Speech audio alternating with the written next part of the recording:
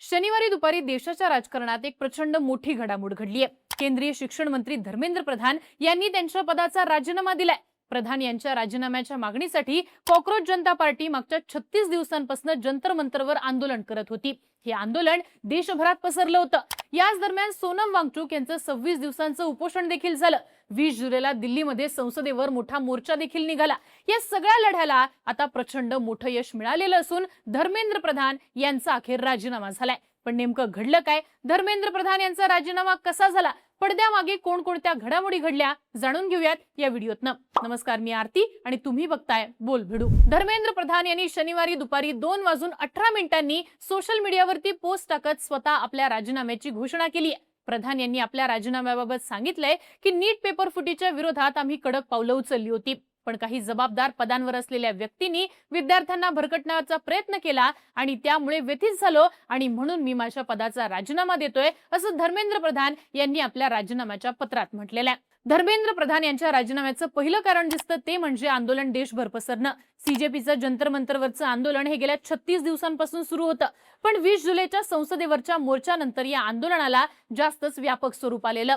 गेल्या 5 दिवसांमध्ये दिल्ली सोबतच देशाच्या इतर राज्यांमध्ये सुद्धा शहरांमध्ये सुद्धा आंदोलनानं उग्र पेट घेतला होता। या सगळ्या आंदोलनांमध्ये जोपर्यंत प्रधान यांचा राजीनामा होत नाही तोपर्यंत आंदोलन थांबणारच नाही असा सगळ्यांचा सूर होता। 24 जुलैला सीजेपी कडनं जो देशव्यापी आंदोलनाचा नारा देण्यात आला होता त्याला सुद्धा संपूर्ण देशभरातनं प्रचंड मोठा प्रतिसाद मिळाला। सरकारी आंदोलनाची तीव्रता कमी करण्यासाठी सगळे प्रयत्न करत होतं। सोनम वांगचुक यांच्या उपोषणामुळे हे आंदोलन देशभर पोहोचल्यानं त्यांनी वांगचुक यांना आश्वासन देऊन त्यांचं उपोषण देखील सोडवलं। पण हे सगळं होऊन सुद्धा सीजेपी धर्मेंद्र प्रधान यांच्या राजीनाम्यावर शेवटपर्यंत ठाम राहिली। त्यानंतर सरकारनं केंद्रीय शिक्षण मंत्रालयातील सचिवांची बदली केली। तसंच शुक्रवारी रात्री नॅशनल टेस्टिंग एजन्सीकडनं नीट पेपर फुटी प्रकरणात 47 अधिकाऱ्यांना बडतर्फ केलं। त्यामुळे राजीनाम्यापेक्षा सरकार शिक्षण व्यवस्थेत सुधारणा करण्याचा प्रयत्न करून तरुणांना प्रतिसाद देत आहे असं दिसत होतं। पण तरी सुद्धा जोपर्यंत शिक्षण मंत्र्यांचा राजीनामा होत नाही तोपर्यंत आंदोलन थांबणार नाही असं अभिजित दिपके आणि सीजेपीचं म्हणणं होतं। शनिवारी सकाळी सुद्धा जर राजीनामा झाला नाही तर जेन्स येतात थांबणार नाहीत। 20 जुलैपेक्षा मोठं आंदोलन होईल। राजीनामा घ्या नाहीतर पंतप्रधान नरेंद्र मोदी तुमचाही नंबर लागेल असा इशारा दिपकेंनी दिला। त्यामुळे सगळे प्रयत्न करून सुद्धा आंदोलन शांत होत नसल्यानं दिल्लीच्या बाहेर देशभरात आंदोलन पसरल्यानं सरकारला अखेर धर्मेंद्र प्रधान यांचा राजीनामा घेणं भाग पडलंय। धर्मेंद्र प्रधान यांच्या राजीनाम्याचं दुसरं कारण दिसतंय ते म्हणजे सरकारवरचा दबाव हा वाढत चालला होता। फक्त कॉकरोच जनता पार्टीच नाही तर देशाचे विरोधी पक्ष सुद्धा या मुद्द्यावरनं आक्रमक झालेले। 20 जुलैला संसदेच्या पावसाळी अधिवेशनाला सुरुवात झाली आहे, पण त्या दिवसापासून विरोधकांनी हा मुद्दा संसदेत लावून धरला होता। विरोधक राजीनाम्याच्या मागणीवरती ठाम होते, त्यामुळे संसदेचं कामकाज सातत्याने ठप्प होत होतं। राहुल गांधी आणि काँग्रेस पक्षाने या मुद्द्यावरनं पंतप्रधान मोदींच्या निवासस्थानाबाहेर मोठं आंदोलन उभं केलेलं।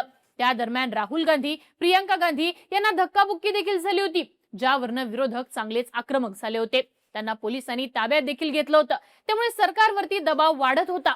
इतकंच नाही तर 20 जुलैला दिल्ली पोलिसांनी ज्या प्रकारे आंदोलकांवर कारवाई केली त्यामुळे गृह मंत्रालयावरनं सुद्धा सवाल हे उपस्थित केले जात होते। महत्त्वाचं म्हणजे सरसंघचालक मोहन भागवत, भाजपचे ज्येष्ठ नेते मुरली मनोहर जोशी अशा नेत्यांनी सुद्धा यावरनं मोदी सरकारला धारेवर धरलेलं।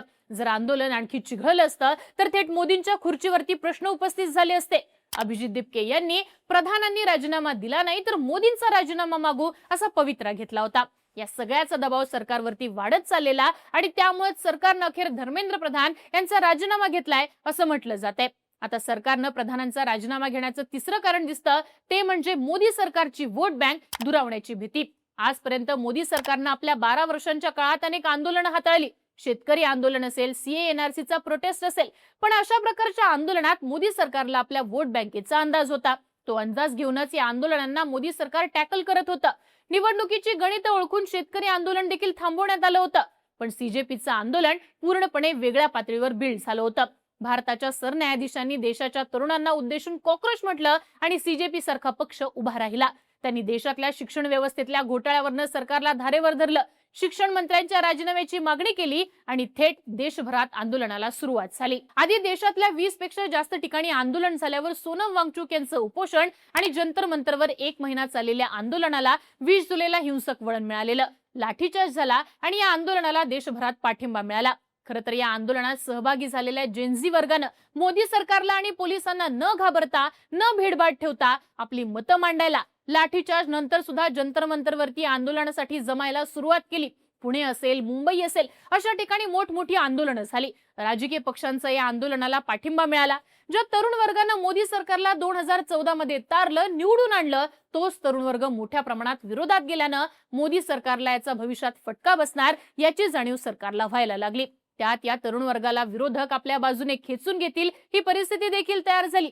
या सगळ्या पार्श्वभूमीवर रात्री 12-12 वाजता इन्स्टावरती व्हिडिओ टाकून पंतप्रधान मोदींनी सुद्धा या जेनझी आंदोलनाची दखल घेतली आणि या वोट बँकेशिवाय राजकारण चालणार नाही हे भाजपच्या लक्षात आलं. त्यातच आज सकाळी सरसंघचालक मोहन भागवतांनी तरुण पिढीशी संवाद साधा असं वक्तव्य केलं. थोडक्यात ही वोट बँक आपल्या हातून निसटण्याच्या भीतीनंच धर्मेंद्र प्रधान यांचा आज राजीनामा झालाय असं म्हणता येतं.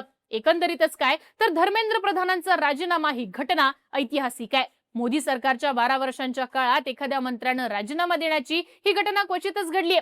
त्यामुळे आता पुढे काय होतं, सरकारवरती याचा कसा परिणाम होतं हे पाहणं महत्त्वाचं असणार आहे. धर्मेंद्र प्रधान यांच्या राजीनाम्याविषयी तुम्हाला काय वाटतं? तुमची मतं कमेंट बॉक्समध्ये लिहून कळवा आणि अशाच माहितीपूर्ण व्हिडिओसाठी बोलबिडूला सबस्क्राईब करा.